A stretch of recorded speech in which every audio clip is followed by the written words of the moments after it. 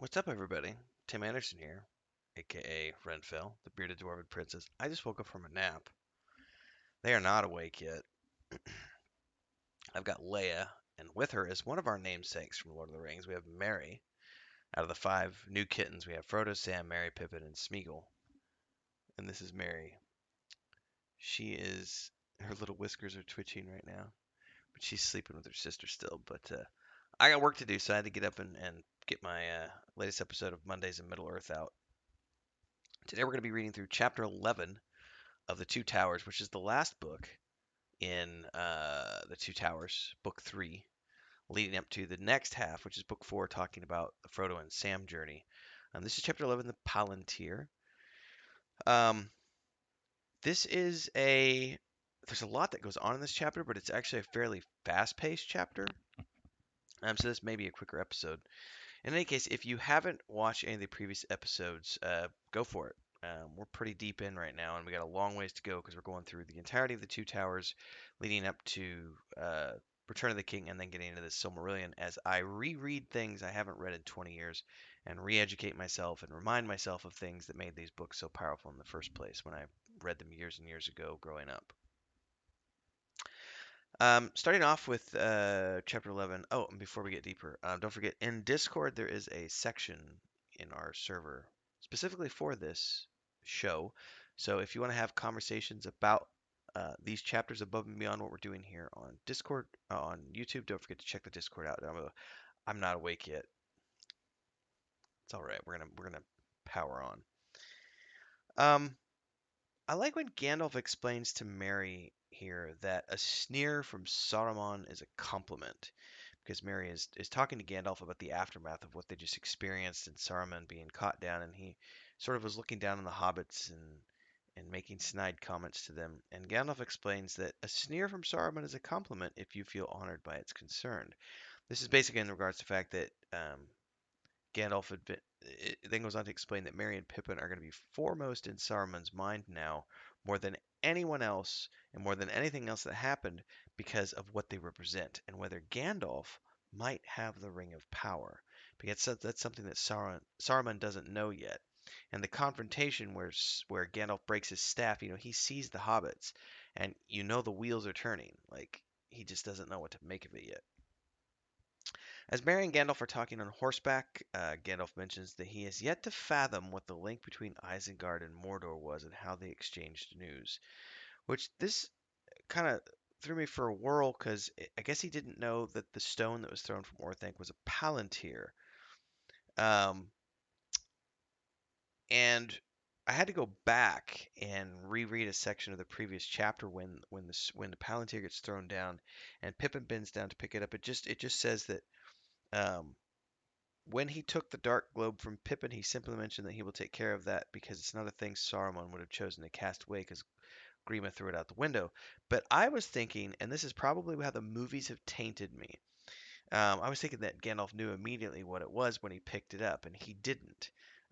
So here in this chapter, he actually doesn't know what that is yet. He can't. He's trying to figure out what that link between Barad-dûr and Isengard was.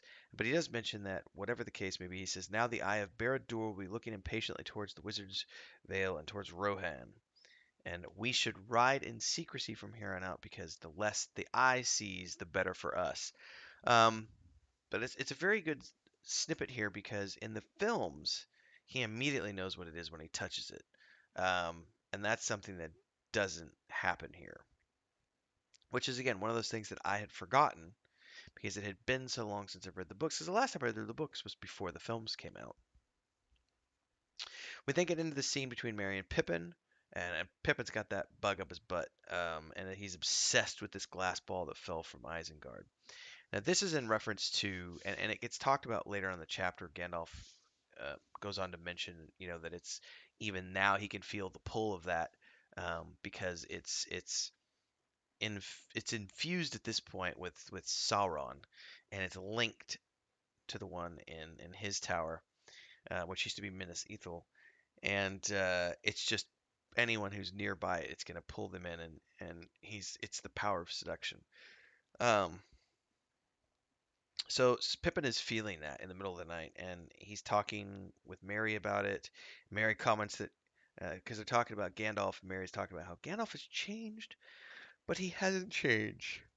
Um, they're talking about the part when um, Gandalf breaks Saruman's staff, and how Gandalf has proven that he is now a powerful wizard not to be trifled with. Um, they go away from this, and Mary's like, you know what? Let's talk about this after breakfast. I'll be happy to help you with some wizard wheedling and find out more information about the stone, but let's just go to bed. But Pippin, of course, can't. Um, he can't put it out of his head. And it says here that feeling as he goes and steals it from Gandalf, which the scene here is very well done compared to the way it was in the books, the way he sneaks it out of Gandalf's hands. And it says he feels the weight in his hands and seeing the mysterious red depths into which he had looked for but a moment before.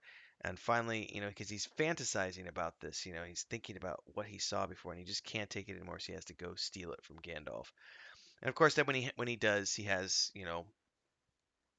this moment where he's faced with Sauron, and he's seen the possible futures and pasts and everything else, and before it gets bent to Sauron's will, and then he cries out, and everyone hears him, and they find him passed out. Gandalf, of course, wakes him up, and I love how in the books this doesn't happen in the film.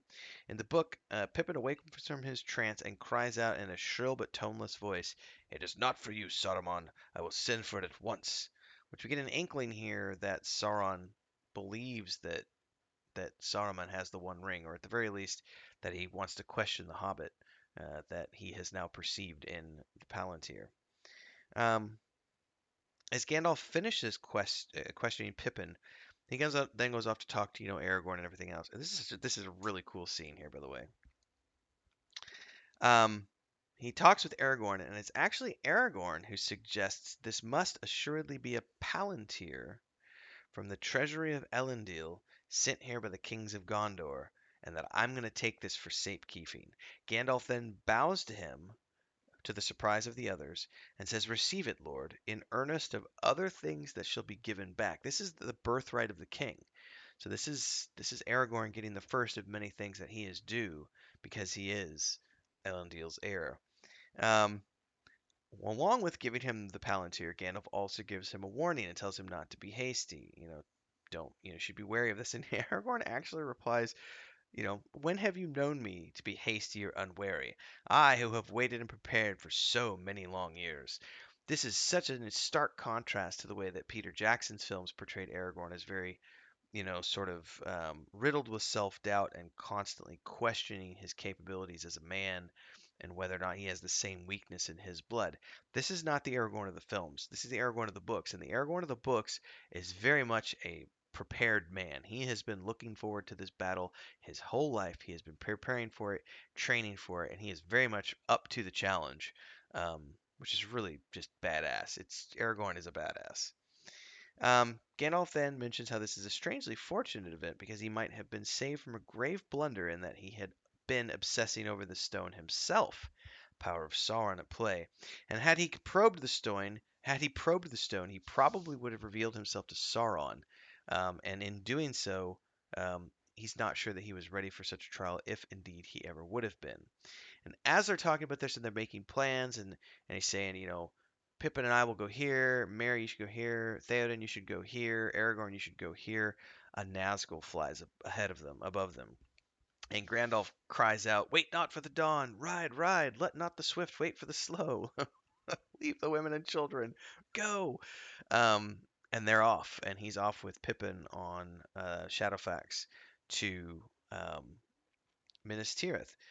And we get this whole sequence then when Gandalf basically explains the history of the Palantir to Pippin as they ride, which is fascinating from the lore perspective. I'm not going to dive into that entirely here in this video, but it's a huge chunk of the chapter here. The last I would say quarter of the chapter is all about the lore of the Palantir, where they came from, and everything else.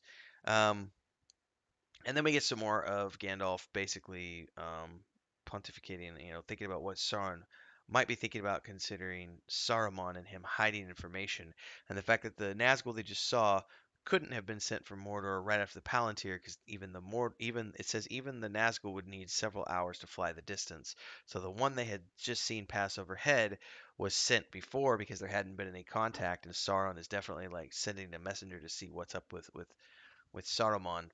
And Gandalf talks about how here in this section, like even now, Saruman could probably defend himself against the Nine within the strength of Orthanc, and he may even be plotting to kill the Nazgul. It remains to be seen, but that another Nazgul will absolutely be sent now that Sauron has seen the Palantir and thinks that Saruman has a halfling, and he's gonna see Saruman as a traitor no matter what now because there's not gonna be any communication, and regardless of what Saruman says, no one's gonna believe him now. So he's in a very difficult place, but a place of his own building. Um, and that's kind of it. It's just this is the way that chapter ends up with them riding in Minas Tirith to prepare for war. Um, and it kind of just leaves us hanging. It's definitely a cliffhanger of an ending because we don't know what's going to happen yet. We don't know where they're going, and now we're off to Frodo and Sam, which I remember being one of my. Even though The Two Towers is one of my favorite books, there's some parts of the Frodo and Sam journey that I remember feeling were kind of boring. But that's been years ago, and I haven't read it in so long. I'm going to be looking forward to seeing how it all plays out. In any case, thanks for joining along, ladies and gentlemen. Happy reading. I look forward to seeing you next time. I'm going to go get some coffee in me and wake up. Till next time, have a good day, everybody.